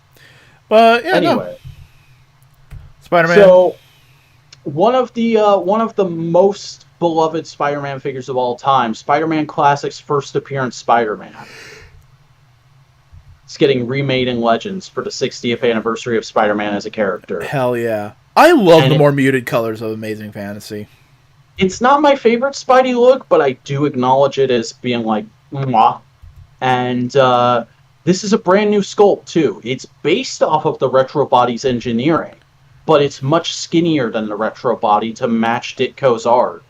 And it's going to be the first Hasbro Legends figure to have armpit webs. It's coming with all the hands you could possibly want for a Spider-Man, and it's actually coming with web lines, which is something they weirdly rarely do. Well, maybe now that they have bendy wire tech, they might start doing it. Mm-hmm. Maybe. So, like, as much as I'm like, yo, Renew Your Vows 2-pack, that's my Spider-Man, that's what Spider-Man looks like to me, I also kind of want this just as an accessory pack for that. Yeah. The clothes? Yeah, they did a bit of a joke, which I didn't realize was a tease at first. I thought they were just trying to do like a funny SNL send them home happy thing. But Dwight pulls out Dwight pulls out his laundry and he's like, well, I'm here. I'm going to try and get some laundry done. As you can see, I kind of shrunk this shirt. And they're like, yeah, well, you might be able to bring it back. Or, I don't know, maybe we could use it for something. And you zoom in and you see it's like a lab coat. So they're teasing a character with a lab coat. Who do you think it is? Oh, I don't know. Maybe it's the guy they were asking if we were going to get the rest of them. Could be that. Could be a Bruce Banner. Could be an animated beast. Ooh, animated beast would be cool. Maybe scientist Hank Pym. Ooh, we haven't had a good Hank Pym in quite a while. But yeah. Overall, this was a fantastic Fan First Friday. Oh yeah, or Tuesday, excuse me. This all these reveals, all this good new Spider-Man plastic content, because as I've said several times, I like Marvel in general now, but I've been a Spider-Man fan since I was a little baby boy. So seeing all these Spider-Man figures that make me want to spend money, this had me on a toy high for like the next 3 days. Oh boy, we got the prices for that stuff though. Yeah, which a lot of people were very upset because A, they didn't talk about it during the stream. B, this is much more expensive than Marvel Legends have been in the past. However, my rebuttal to that is Hasbro literally told us this was going to happen last year, and we've seen it happening with other brands. We've known this is coming. It sucks. The price gap between domestic and import figures is closer than it ever has been. But it is what it is. Either you're going to pay the money or you're not. Maybe you'll try and find these figures on sale down the line. But I think the people who are being all panicky and saying that they're going to stop collecting the line because of this are being a bit overly dramatic. However, if they're not, if they're serious, there is a conspiracy theorist part of my mind that goes, well, we've been spending about the last 10 years since Legends came back in sort of a 6-inch renaissance. Maybe this is the tipping point that has that bubble burst and we're moving towards 3 3/4 inch being the standard again for a while. Yeah. God, that Nolan Venom price, though. Ugh. It sucks. But, especially because I want them. Yeah, but it makes sense considering how much plastic is going to be in that box and how much of that plastic is new tooling. Yeah. Speaking of new tooling, we got brand new Kate Bishop hot toy. Honestly, I'm not a fan of this one. Something about the face just looks far too dull to me. It's because she looks much better as Kate Bishop when she's emoting. When she's a neutral face, it doesn't feel like Kate Bishop. Yeah, this should have had an alternate head or something. It needs a smirk. It needs a haha, I'm Kate Bishop and I'm good at shit. Or even like an angry face. That'd do it. It's just too neutral of a face. As is, this is one of those Hot Toys where I look at it and I go, like, yeah, that looks really accurate. That looks up to Hot Toy standards. I don't want it, though. Yeah, nah. It's cool for those who want it. Oh. It's time for the big boy. It's time for the... We've dealt with the boys' toys. It's time to talk for the men. Yeah, our monthly Mayfex drops are in, boys, and it's hammer time. Look at this beautiful man. Fucking John Henry motherfucking Irons as Steel. It's so good. Dear God, this is the best character to come out of Reign of the Supermen. It totally is, and it's just what if Superman was Iron Man but black? It's so good. Especially just because he's just like, yo, I just want to do what Superman would do and help people. Mm-hmm. It's so good. It's a fantastic looking figure. But then, also, in this drop, to, I guess, go along with the trailer we got this month, we're getting Mayfex's take at a classic comic 4. And boy, is this classic. This feels like a Jack Kirby drawn. Yeah, it looks super, super good. As somebody who thinks 4 didn't have a good costume until JMS, this looks like a good ass figure that I'd buy. Especially because they made the fucking giga-brain decision of, instead of having an alternate hand for holding the hammer, they just have a bunch of alternate hands with hammer handles attached to them. Yeah, that And makes you it 10 just times swap out easier. the hammer head. That makes it like 10 times easier to like do anything. Mm-hmm. It makes so much sense. It looks so good. Yeah. Fan. As always, it's just a great looking figure by Mayfex. Oh yeah. Also, the fucking chin on that man. Mm-hmm. He's got that. He's got that hard Norse chin right there.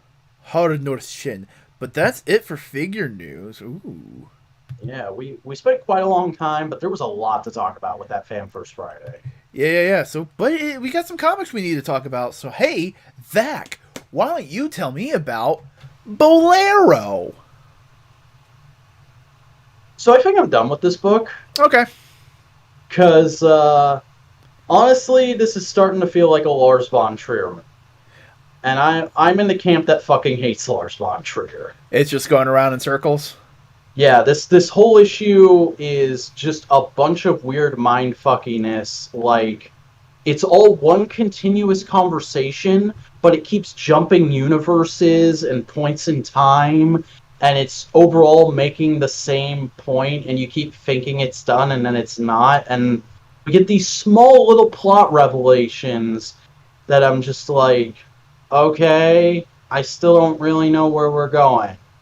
I don't like, I want to like these characters. I want to be into their story. It's a really interesting, unique concept, but it's just not going where I'd expect it to, and not in a fun way. This, like, I'm at the point now where I was at like the 45-minute mark in Melancholia, where I'm like, I get it. She's sad. Move on. Right. Do you have anything else you want to say about this book, or should we move on to the next one? The art is gorgeous. This is exactly up my alley as far as art goes. Okay. Hey, tell me about Wonder Woman Evolution. This issue was pretty good. I'm still really enjoying this book just because, like, every issue they just find a new way to have the world go, Diana, you can't save everybody. And then Diana goes, no, fuck you, I can. And this issue, it's in the form of, she's put into a Mad Max future where, like, all the heroes left and the sun is about to consume the earth and there's only people living in underground colonies. And everybody's going like, there's no way you can save everybody. The sun's going to go supernova and consume us all. It's too late. She's like, nah, fuck you. I'm going to go fight the sun. And then finally, we get the reveal of what's actually happening. She's hooked up to a mind machine, and some scientists are trying to test her willpower. Why? I guess we'll find out next issue, because we still got 2 issues left of this book. I'm enjoying it. It's fun. That's good. Hey. Catwoman, Catwoman, Lonely City, Catwoman. You sing that, but this issue was fucking sad, man. Do you want to sing it again so you can get some happy? No, I mean, like, this is just a hard one to get through, man. Like, because it's good, but, like, all the goodness is like, oh, that's... Oh. That's kind of fucked up. Why are you going to go that way? I don't want to give a ton of plot details, because I think people are reading this. I think there's, like, spoilers to be had, but, like, a character dies, and it's extremely sad, and then they have to make a decision about the mission based off of that, and the decision they make is pretty sad. And then there's, like, a direct parallel to the George Floyd riots that's really uncomfortably sad. But Jason Blood shows up, and that's fun. You get Etrigan in this.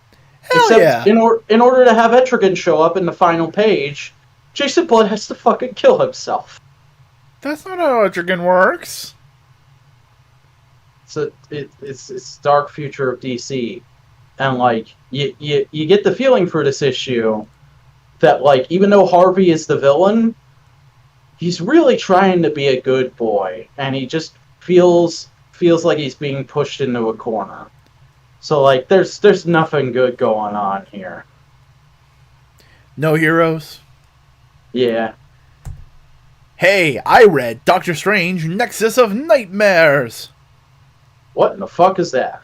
It is a one-shot Doctor Strange book written by the dude who was writing Doctor Strange in like the 90s. Okay. And it reads like it. It's very old school. It's very like hoary hosts of Hogarth. In other words, this is a book Marvel commissioned because a Doctor Strange movie is coming out, and we need a book with actual Doctor Strange on the shelves. Yeah. It's also just like, it's a very simple thing. Mordo has been talking to Nightmare, and they have been infecting Doctor Strange's dreams with the nightmare that he is not that he has not grown as a person, that he's still the selfish man he was when he was a doctor. Sick. And he's having a self-confidence issue of like, what if I am? What if I'm not actually worthy to be Sorcerer Supreme? And then Mordo comes in and goes like, "Hey, bitch, give me the dark book. Give me the dark hold, please. Thank you." And Doctor Strange goes like, "No, fuck you." And goes like, "Haha, we've been fucking negging you, bitch. That means your powers are weaker. Haha." But it like backfires, and then Nightmare goes like, "Yo, Mordo, fuck you. I still want some payment. I grab you, and you're in the Nightmare realm now." And then Doctor Strange gets a good night of sleep. Nice. It's just a fun little adventure. Doctor Strange fans will enjoy it. If you're not a fan of Doctor Strange, you're probably just going like, "What the fuck is?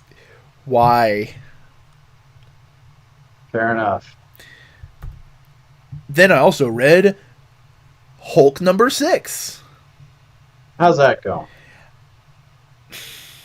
Okay, how to best put this? I have been enjoying this book. I have enjoying this book for what it is. A lot of people are not enjoying this book because it's not Immortal Hulk. I mean, like, that title doesn't say Immortal Hulk, so I don't know what they were expecting. But they're also going like, "Oh, Donny Casey's just shitting all over Immortal Hulk," and I'm going like, "No, he's not. He hasn't revealed anything yet.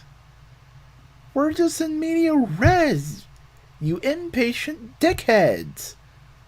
"Oh, but at Immortal Hulk, Bruce Banner was at peace with the Hulks." No!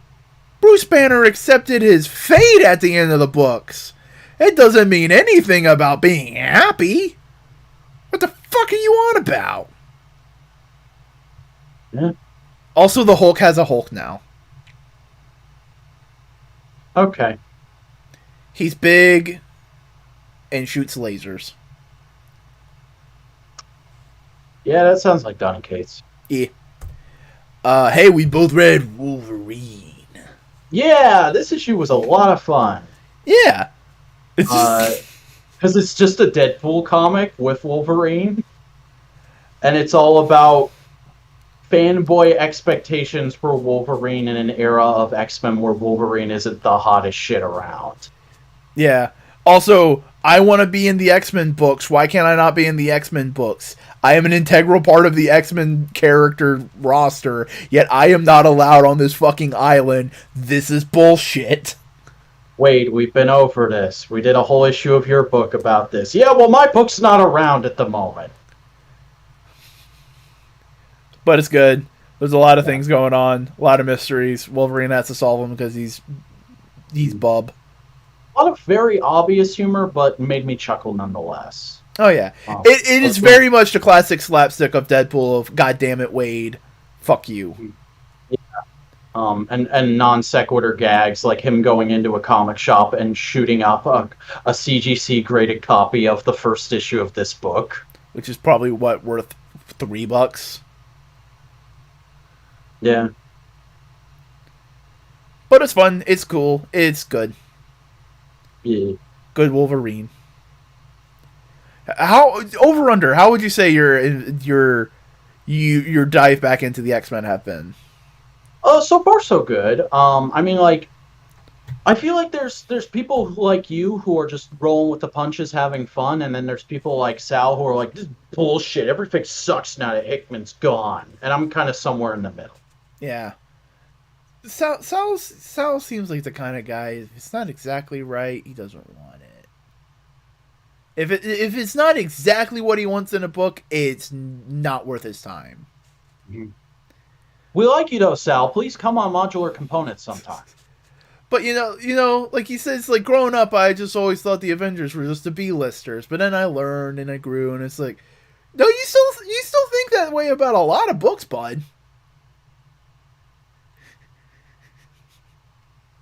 Let me tell you, I've been listening to like the first dozen episodes of back issues these last couple weeks because I listened to the entire series and then I cleared my YouTube watch history and I was like, I'm gonna do that again. I'm gonna do that again, as well as a couple other podcasts that I haven't listened to in a long time because they're over. Yeah. And those early issues, those early episodes of back issues, those were recorded in 2014, and they say some stuff that they would not say now. I'm trying to remember. Is it like incorrect politically stuff? Kinda, yeah. And also, there's a lot more references to stuff like Firefly. Oh yeah, but they're those kind of Gen X-y nerds. Yeah. Hey, tell me about Wonder Girl. All right. So, second issue of this 2-issue mini, which is the penultimate part of Trial of the Amazons. And it's good, I think. It does a very like artist trying to show off thing, which is that every issue is almost every page is a double page spread that's not a double page spread. It's just a bunch of panels you have to read across 2 pages. But it's still really good art, so you're like, okay, I'll deal with this. Yeah. And we finally find out who killed Hippolyta in this.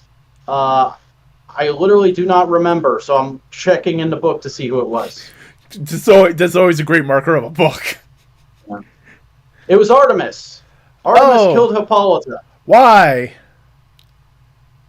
What the fuck did she say? Well, this is where your little murder mystery falls apart. Yes, I killed her, and my motives for doing so are simply that, mine alone. And I shall take them with me to whatever the fates would decide, with the blessings from the gods and the future lives of my sisters. I did it, and there is no reason for me to do it. Wahaha. And then Diana shows up, and she's like, I'm gonna fuck you up now, Artemis, except wait, shit's been going wrong in the trial. What's going on? There's an earthquake. And then Doom's doorway rises from underground. So clearly that's gonna be a thing in the final issue, which I'm sure is gonna be like a double-sized big bad Pujama what's it. Mama Jamma. The luster on this event has severely worn down for me. Mm. Hey, guess what we both read? You're reading Chip Batman! Yeah, no, this is good. Yeah, this is fucking... real quick, what were your thoughts on the first 3 issues? Really solid. It seems... the best way to possible. It seems like we're discovering Bruce's fetishes. Yeah... a little bit. But no, this is great because this is just like another take on Batman Begins' interpretation of the League of Shadows. Yeah. Well, also it's like they didn't show the League of Shadows. It's just like, oh yeah, I trained some assassins for this one dude. Mm-hmm. So they can still do the League of Shadows and Ra's al Ghul and all that kind of stuff. Yeah, and I'm sure Chip has a take on them. I'm not sure, but I really hope Chip's Batman run is not going to be like Tom King's, where it's very squarely focused on Bruce. I want Chip's Batman run to also play with the entire family and do stuff like that. He's okay with that. I mean, he played with the variety of street level characters in his Daredevil run. Yeah, so there's a chance we could see Raz and Talia in like a Damien-centered story. Yeah. Because in like the very first one, he had Luke Cage and Iron Fist and Jessica Jones like picked Daredevil up the street and goes like, "Hey man, it's okay that you killed someone. Mistakes happen." And he goes like, "No, I Catholic guilt." But no, this is cool and interesting. I like the teacher character. I like the shithead that ends up betraying Bruce, even though he was trying to be his friend. And I'm interested to see where that goes in the next issue. Yeah. Did the guy betray Bruce, or is he going with him? I thought he was going with him. He's going with him, but he's the guy who tipped off the assassins that they could go attack Bruce in order to gain his trust by showing up and helping Bruce fight the assassins off. I must have missed that then. It's like very... It's like implied through narration and stuff in the last page. Either way, do you think this is going to be the origin going forward? Like, is this going to be like the new chunk of Batman's origin that people are just going to reference from now on? I think it's going to be the origin for Chip's run. I don't know if it's going to have that kind of impact afterwards, because really, I don't see anyone else talk about this book. Like, there's a lot of really good books right now that I'm loving that nobody else is talking about. This and Catwoman Lonely City and a couple other things that somebody wants to talk to. Oh no. Vac has to listen to another person. He's pointing at the air condition. Alright. Why'd you have to turn your AC off? Because I couldn't hear her through that and my computer fan. Oh. Either way, I'm enjoying it. It's fun. It's not an origin story, but it's not an origin story, which is weird. It's like an expansion pack for the origin story. Yeah. But it's solid. Yeah. I read Shang-Chi issue 11. Nice. Okay. This isn't a bad, okay, now it's time to explain this. Okay. That's I have to explain some comic book bullshit. Okay. Shang-Chi and his family, his siblings, are going into Talo to fight their grandpa and do all that jazz. Okay? That's thing one. Thing two, their grandfather is having to go talk to the Jade Emperor, which, if you don't know your Chinese mythology, is a big fucking important person in the pantheon of basically Chinese gods and everything. Like, he's Zeus. He's Odin. He's the big motherfucker on the chair. So he goes to that guy and goes like, "Hey, you let your fucking grandkids in here? That's a no-go. Fuck you, you're dead." And he goes like, "No, I got magic mask, and I put it on, and I get big and strong." So Shang-Chi has to find this weapon, and he finds it at the last page of 10 rings. He's led there by his father. He has to find 10 bands that will help him fight his grandfather. They are powered from the Jade Emperor, and he has to steal them and has to take them and use them as his own. And they kind of are on his arm in a certain pattern, and he can. So the movie 10 Rings are now in the comics. Yeah. It's the movie rings. It's the movie rings. They're in the comics now. All right. Now you understand the. They're integrated into the story well. There's no like weird bullshit. It's just like, you need this weapon. Very obviously Marvel going, "Hey, this thing was successful. That's not a comic. Put it in the comics." But it like works. They didn't. It's ham-fisted, but it's a good ham sandwich. It's not like a knuckle sandwich. Mm-hmm. It's got a tasty cheese and some mayonnaise on there. Because it's not just like, oh, we're just going to copy what happened in the movie one for one. It's more of like, hey, this thing is popular in the movie. Let's try and do our own version of it. Yeah. You know?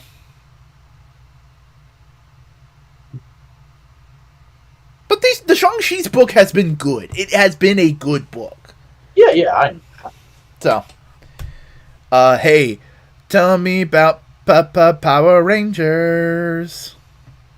This was actually really good.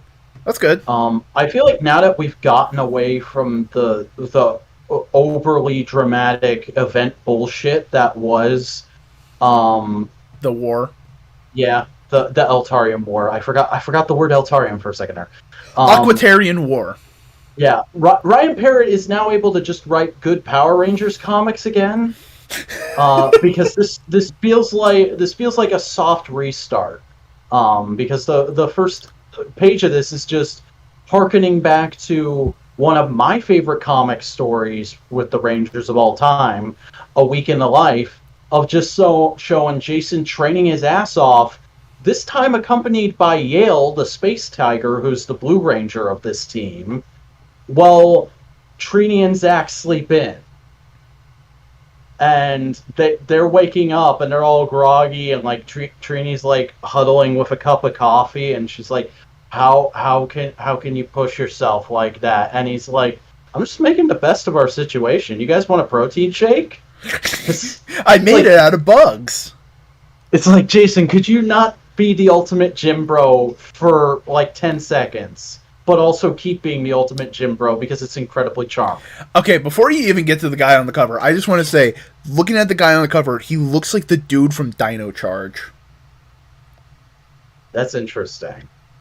Because what happens is, after that, they find out that there's two different missions they need to go on. People responded to the distress signal that they sent out, I think it was 2 issues ago. Mm-hmm. So there's a distress signal of a crashed ship on one planet that Zach and Trini are going to go check out. And then Jason and Yale are going to look into a planet that Master Vile, or no, the Eltarians completely ravaged and destroyed, called KO-35. I'm not up on my Power Rangers. Is that related to Dino Charge? It's not, but it's related to a season. Which one? So Jason and Yale fight their way through these aliens that are just trying to like basically grave rob the place. And they're having a hard time with it, just like Zach and Trini are having a hard time because there's a big space dragon that attacks them and they have to call their Zords. But they eventually get the advantage and find out that the only survivor of this crash is a little alien baby. So now there's a baby Yoda in this book. Meanwhile, Jason and Yale aren't doing too well against these guys, but they manage to chase them off, and one of them is like running away and then gets shot and killed. You can't let them go. You show a Zerdrox drone mercy, and they'll come back with an entire extermination squad. And trust me, they don't show mercy. I'm sorry, but we're not moving a muscle until we know exactly who you are and what you want. Fine. My name is Andros. I'm a Power Ranger, and I called you here because I need the Omega Rangers to help me save what is left of my people. Whoa. We're getting in space? Yeah, Andros is in this book now. We just skipped Zeo and Turbo and just... Yeah. And like as soon as I read that page, I sent it to our mutual friend, Database Ranger, and said, hey, you need to catch up on the books. And he went, I thought that cloak looked familiar. You can't blame me for thinking, yo, it's the dude from the fucking recent thing, though. Yeah, that's fair. He also has a red cloak. Yeah, totally. But meanwhile, back on Safe Haven, Zach and Trini are trying to figure out what's up with this baby, and they talk to Jason about it, and he's like, "Well, just keep an eye on the thing and enjoy being new parents, because I'm gonna be here a while, I guess. There's a lot going on." And they're like, "Okay," and so they go back to check on the baby, and it's grown like 3 years. It's a toddler now. Uh-oh. And that's the to be continued. Dun, dun, so I had a lot of fun with this issue. It was great. That's good. Playing around with continuity, doing some cool sci-fi concepts, and just showing the Rangers being Rangers. Hell yeah. Everything I want in an issue of Power Rangers. What's the charge to 100 for? 100 issues of Power Rangers overall published by Boom. Oh. I think there's going to be a big special one-shot about it. Okay. Hey, guess what we also both read? We read King Shit the comic. King Shit Chad Bros the comic. I'm like, this is written by a committee of writers, but it just feels like one guy beatboxing for 20 minutes about, like, here's why Captain America is awesome. Because this is an issue 0 for 2 ongoing Captain America books that are going to be happening soon. Mm-hmm. So this is a prequel to both of them. So it's basically just like, here's the vibe of the characterizations we want you to have for these guys and their established relationship going forward in these books. Yeah, which is why my one criticism of this book is just Sam should have also been on this cover. Yeah, but also, like, I can understand of, like, we want people to know Steve is kind of a big thing, and we're trying to, like, rebuild Steve's image because there's been some shit. Yeah. But no, this whole issue is just like a big classically villainous plot by Zola. Oh god, what's his Zola? Yeah, I wanted to say Zemo. Ottoman Zola. My mind's not great tonight. Yeah. But Zola's doing a thing, and both the Captain Americas have to do a bunch of cool action movie shit to stop it. And there's a lot of cool little statements on Captain America as a character and his philosophy. There's a fucking amazing moment in this book where, like, Zola is just going like, oh, you're fighting for America, Sam Wilson, and, like, calls out all these hypocriticisms about modern America. He's like, you're fighting for that America? And he's like, yeah, I am. Because I fight for America. Captain America fights for what America should be, not what it is, so that it can be what it should be one day. Yeah, it's good. Them just, like, looking at each other's shields and going like, that's a nice shield. Yeah, but you can't beat a classic. Mm-hmm. Just like, And, like, just that image of them fist bumping in the river after they blow up the rocket. That's great. And, like, I love the titles for these new books. Captain America, Symbol of Truth, and Captain America, Sentinel of Liberty. Let's fucking go. Goddamn. Also, the beautiful panels of Zola just going, like, on and on about, like, fuck you, Captain America bullshit. I'm Zola, I'm forever. And he goes, like, you know what happens to tyrants like you? Same thing that happens to everyone else. Same thing that happens to all tyrants. Mm-hmm. They get put down. And the art in this issue is just fucking gorgeous. I've never heard of this artist before, but goddamn, I want to see some more of their work now. Good Captain America costumes, good everything. Just peak Captain America. Peak. Yeah.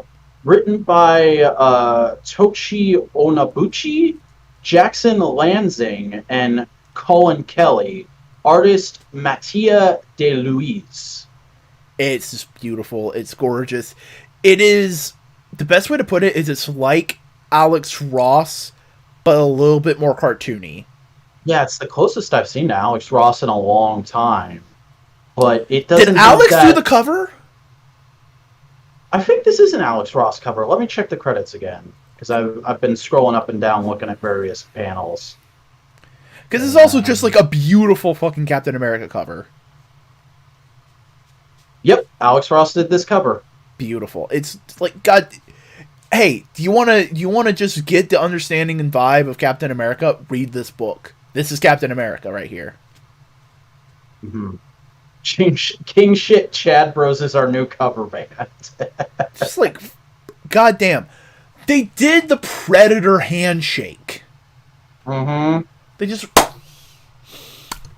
pure, yeah. Unadulterated brotherhood. And also the fucking panels near the end of, like, what does it mean to be Captain America and all this kind of stuff. And you see Steve's shield, Sam's shield, you see all the other shields, you see Bucky's arm, and it's just like, nothing but respect for my Captain Americas multiple. Like, yeah. Right now we're focusing on Sam and Steve. Bucky's still captain. Everyone's still a captain. Everyone, all those captains from the last series are still out there. They're still doing stuff. And, like, goddamn. It's good shit. Good shit. It's such good shit. Such good shit. Hey, we both read World's Finest. We sure did. I like this a lot more than the first issue. Not that the first issue was bad, just like this felt like we picked up the pace a whole lot. Yeah, it's good. It's really good. Also enjoyed seeing Doom Patrol. Also seeing Batman being a petty bitch. Mm-hmm. Also, like it's obviously not as good as Woman of Tomorrow, but this is a heckin' good Supergirl. Oh my god, the bickering between her and fucking... They're literally just Ben and Gwen Tennyson, Dick. and I love it. Because it's just like... It's so good. It's just like arguing... Like, I've actually been rereading some Silver Age Supergirl recently. And like, in the few issues of that where Robin shows up, they're just kind of written amicably. It's like, whatever. And because of that, for decades, people have like low-key shipped Dick and Kara. And I'm just not into that. It doesn't work for me. But, like, this is like a radical, brilliant reinvention of that relationship to have them be dysfunctional siblings. Oh, no, it's beautiful. Like, Supergirl and Robin having the same relationship that me and my sister have, that's the best thing I've ever seen. Yes, please, more. Yeah. Mark Waid, you genius. Beautiful. And Dan Mora designed a hell of a good Supergirl, just like he designed a hell of a good everyone else in this book. These costumes look beautifully evocative of the classic, like, Silver Age of comics without feeling weird and hokey. Mm-hmm. Like, Doom Patrol looks amazing. Batman, Superman, amazing. The Robin, I didn't even notice he had the little elfie boots. Mm-hmm. Because they're not as egregious when you put them with full pants. Yeah. But it's solid. It's good book. It's good, classic, just fun. Yeah. It's also just nice. I can't wait to see what Dan Mora's fucking Shazam looks like next issue, because we know we're getting that. Oh, we're getting Shazam, because we find Faust fucking chasing Billy Batson with his mouth fucking closed, like that one scene in The Matrix. Yeah. You can't say Shazam. Good but shit. That's gonna happen. It's gonna happen. Oh yeah, but this is all good shit. Also, I just realized, looking at these panels again, Billy is dressed like Marty McFly. Hell yeah. Hey. Tell me about Nightwing. So this is just a great continuation of where we left off last issue. The fucking Wally opens this issue with a huge monologue about how KG Beast is a massive piece of shit, and he's gonna beat him up for what he did to Nightwing, and then he does that, and they tie him up, and there's a great moment where they're like, "Oh, we knew Capes might come after us, so we set a bomb, and you're gonna have to leave now, and we'll be able to escape." And Nightwing just takes one look at their car, and he's like, "It's at the Gotham Library. Flash, go disable it." And he's like, "How the hell did you know? That's the last place you put in on your GPS, dumbass." Oh. Jesus Christ. Like, yeah. Here's the thing. Nightwing is peak Batman.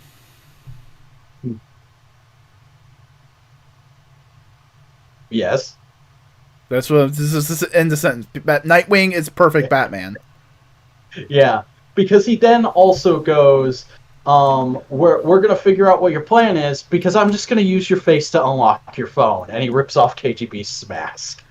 And then they take the phone to Barbara, and she's able to figure everything out. And right at that moment, Dick gets a text from his sister that says, "Les Armateurs Verbes," I think is how you pronounce that. It's French. But it's the name of an assassin that's like super well known within the assassin community and has never failed to kill somebody. And it's basically saying like, "Hey, this person's been assigned to kill Dick Grayson. You need to fucking run." And Dick and Wally are like, "Fuck that. Barbara, can you find out where their base is right now?" Good thing.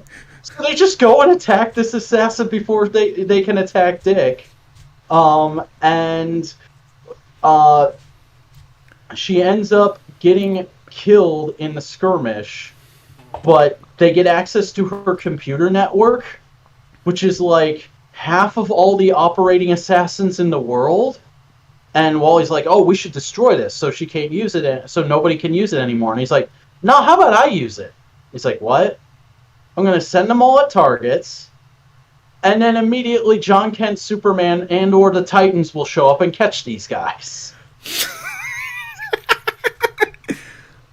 And then the issue ends with cutting back to Bloodhaven, where Lady Shiva shows up and tells Blockbuster, you just inadvertently took out half the assassins in the world trying to kill Dick Grayson because of a misguided vendetta. You're fucking kicked out of the assassin community, buddy. Leave us the fuck alone. You are a dumbass. Yeah. This is a great issue. Because that's the thing. Bruce would be like, yeah, no, we need to destroy it so they can stop their enterprise. Dick's like, that troll. Yeah. This is brilliant. I know a lot of people don't like Tom Taylor's writing. That's something I actually just recently discovered this week. There's a lot of people who hate Tom Taylor because they feel like everything he does is just to pander to Stan Twitter. And I'm like, fair, probably true, but also I have some tastes that line up with Stan Twitter. And I like a lot of what he does. So fuck off. What's wrong with making your characters look smart and competent and succeed in life and their stories? Mm-hmm. You know? Yeah. Not everybody should be Spider-Man wallowing in pain and sadness and depression.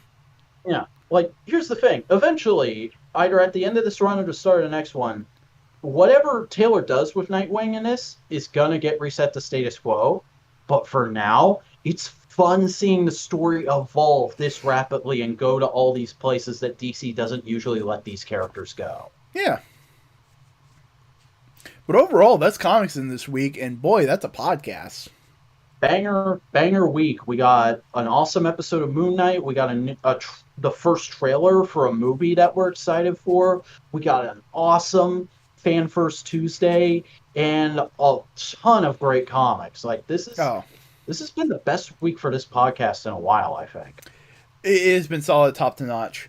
So why don't you tell the people where they can find you? Hey everybody, I'm the Vacuuminator. I make YouTube videos sometimes when I have time and initiative. You can check them out at youtube.com/thevacuuminator. I'm also on Twitter, tweeting and twatting about every little thing at the Vacuuminator, and I'm on Instagram posting photos of stuff. That's at the Vacuuminator with an underscore. Do you have a D20? You could always roll for initiative. I have a regular dice. I got a 5. What's your dexterity? Evidently not good, because I tried to toss this on the desk and it landed on the floor. So negative. Yeah, no, you got a 4. It's pretty low on the initiative roll.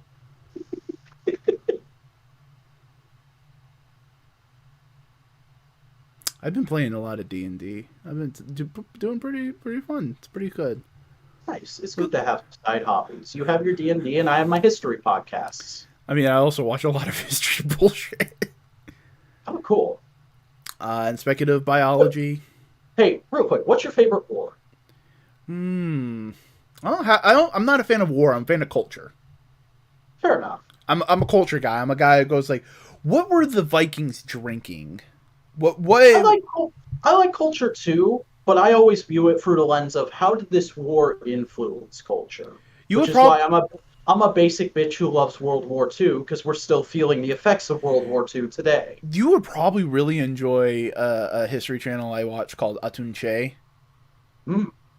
He deals mostly with like pre-colonial, colonial, up to Civil War America.